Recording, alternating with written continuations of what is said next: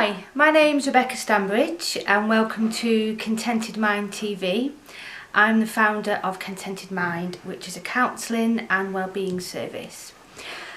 I'm doing a video today on anxiety. I'm aware at the moment that anxiety is a real problem for a lot of people. It's something that, whilst working in mental health, I've always known is one of the biggest issues that people have and need help for. But also at the moment, with everything that's been going on with coronavirus, I'm sure that anxiety is through the roof. People that perhaps haven't experienced anxiety symptoms before are now for the first time, or people that have had anxiety before are maybe finding that their anxiety is increasing. So I'm going to do a video of my 5 steps to managing anxiety. I've used these with lots of clients, both one-to-one and in group, so hopefully they'll work for you. So the first thing to say, that one of the reasons why it's so common with anxiety is that it's actually inbuilt in all of us. We are all prone to being anxious because it's how our bodies work. It's how we've been evolved. Anxiety is actually trying to protect you against a threat. And I know it's not very pleasant and it's annoying and unhelpful, but we've evolved this way. It's part of our fight and flight system. So when we were living in caves, in Stone Age times, the way that we were able to survive and evolve was by reacting biologically to some kind of physical threat. So everything that's going on with you, with like heart beating, you're feeling breathlessness, muscles getting tense, all that kind of thing, these are biological, involuntary biological responses. There's nothing wrong with you, there's nothing to be ashamed of. You can't help this, but it's just how you are reacting to stress at that moment in time. So the first step is to be aware that this is normal. There's nothing wrong with you. It's just part of our fight and flight system. You're not going to die, you're not going mad, you're not going to have a heart attack. So normalising these reactions, knowing that what's going on, can be the first helpful step in managing anxiety.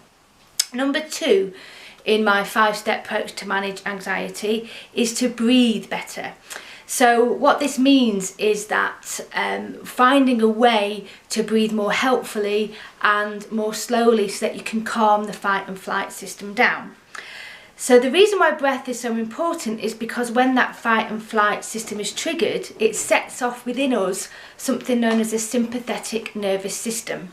So that means that we breathe in a shallow way, and then that triggers all sorts of things like anxious thoughts, breathlessness, muscles being tense, all that kind of thing.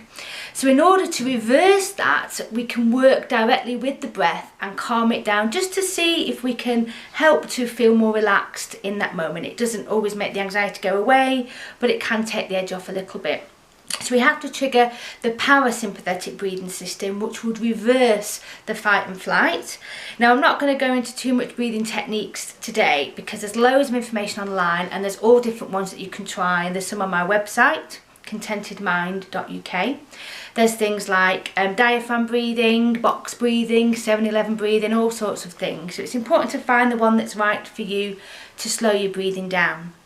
Now, the next step, step 3, in my 5-step plan to managing anxiety, is the big C word, which is compassion. Now, for a lot of people, compassion is something that you're sort of unfamiliar with, or it can be a bit off-putting, and many people think of kindness, which may seem a bit wishy-washy, a bit weak. When you're in the throes of an anxiety panic attack, you might be thinking, well, what's kindness? How's kindness going to help me? But actually, compassion has a really strong scientific basis, because the more compassionate we are to ourselves, the more we regulate that threat, fight and flight. And that's, again, there's an evolutionary scientific reason for that.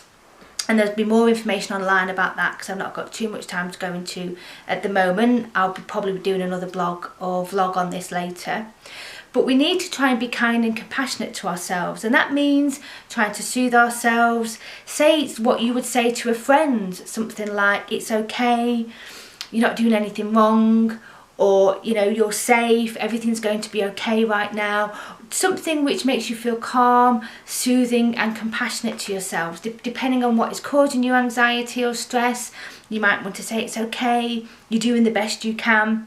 Try to generate feelings of warmth and compassion and kindness to yourself. Step 4 in my plan for managing anxiety is to accept and allow the anxiety. So this can be quite counterproductive, because obviously we're experiencing unpleasant feelings, things like dread in the chest, worrying thoughts. The more we try and push that away, the more we want to avoid those symptoms, the worse they seem to get. And that's because we're fighting fear with fear.